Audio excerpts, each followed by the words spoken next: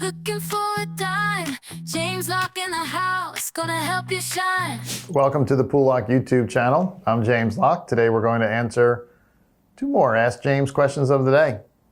First question is from Arnold. He says, I can get around 4% on a bank CD. So how long do you think this is going to last?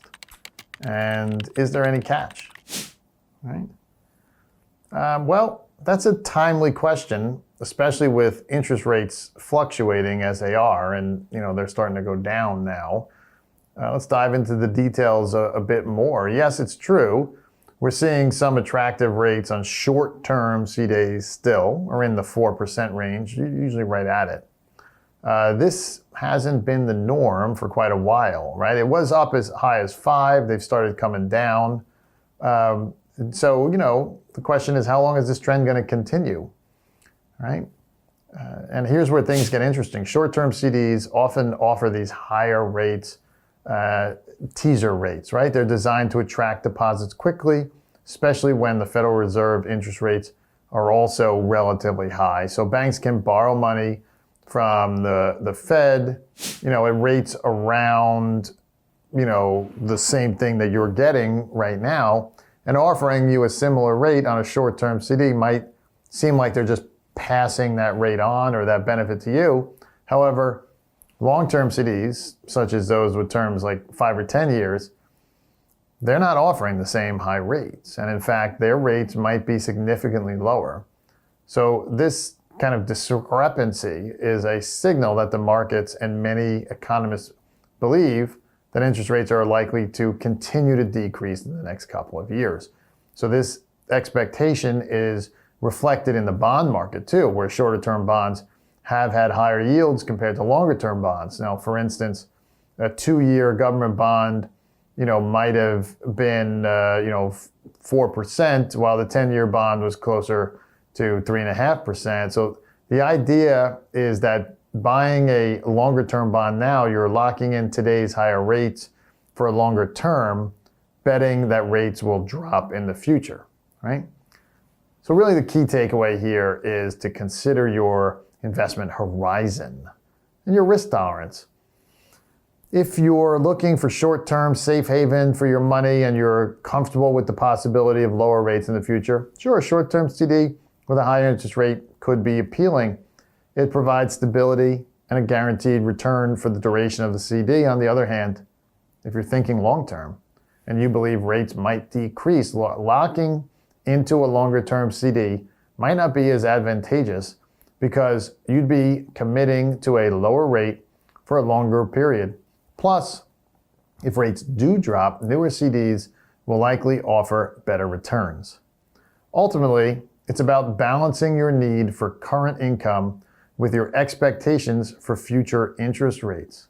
So keep an eye on economic indicators and Federal Reserve policies, as they'll heavily influence how interest rates evolve. And as always, consider consulting with a financial advisor to align your investment decisions with your overall financial goals and retirement plans. So I hope this sheds some light on your question. It's a dynamic time in the market, so staying informed and proactive will serve you well in making the best decision for your financial future. It's a great question on interest rates. As always, if you'd like to send in your question, we'd love to have it. Email it to us. Email it to poollocke@poollocke.com. Getting on to our second question is from Sheila. Sheila wants to know, are bond funds a better long-term alternative? So, Sheila, you're asking about bond funds, bond mutual funds, versus individual bonds, especially in the context of retirement planning and income generation. Crucial topic, especially for those looking to reduce risk and ensure stable income during retirement. Let's break it down. Bond funds can be a suitable choice if you have less than $250,000 to invest in the bond market. They offer diversification across a range of bonds, which can be cost-effective and help spread risk. This diversification can be particularly beneficial for smaller investors who may not have the, capital to build a diversified portfolio of individual bonds on their own. However, if you have more than $250,000 to invest, opting for individual bonds might be a better strategy. Here's why. With individual bonds, you have the ability to lock in today's higher interest rates for the duration of the bond. This is not possible with bond funds, which constantly buy and sell bonds within the fund, adjusting to market conditions. So if your goal is to secure a steady interest rate payment over time and ensure that you receive the full face value of the bond at maturity, assuming the issuer remains solvent, individual bonds provide that level of certainty. Now, many retirees or those nearing retirement prefer individual bonds for their dual guarantees, a fixed interest payment and the return of the principal at maturity. So this level of predictability can be crucial when planning for retirement income needs. On the other hand, bond funds operate differently. When you invest in a bond fund, you're buying shares of a fund that holds a variety of bonds. The value of these funds can fluctuate with market conditions, and there's no guarantee on the interest payment or the return of principal because the fund itself does not mature like an individual bond does. So, while bond funds offer convenience and diversification benefits, they do not provide the same level of certainty as individual bonds do regarding income and return of principal.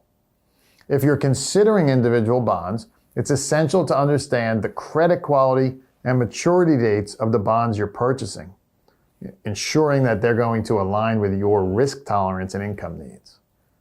So wrapping it up, for larger investors, aiming to secure specific income streams and preserve capital, individual bonds often present a more tailored and potentially less volatile option compared to bond funds.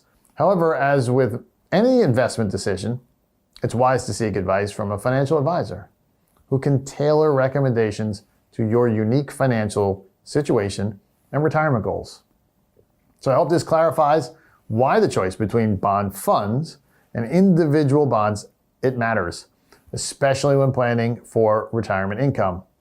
It's about balancing risk, return, and your long-term financial objectives. It's a great question.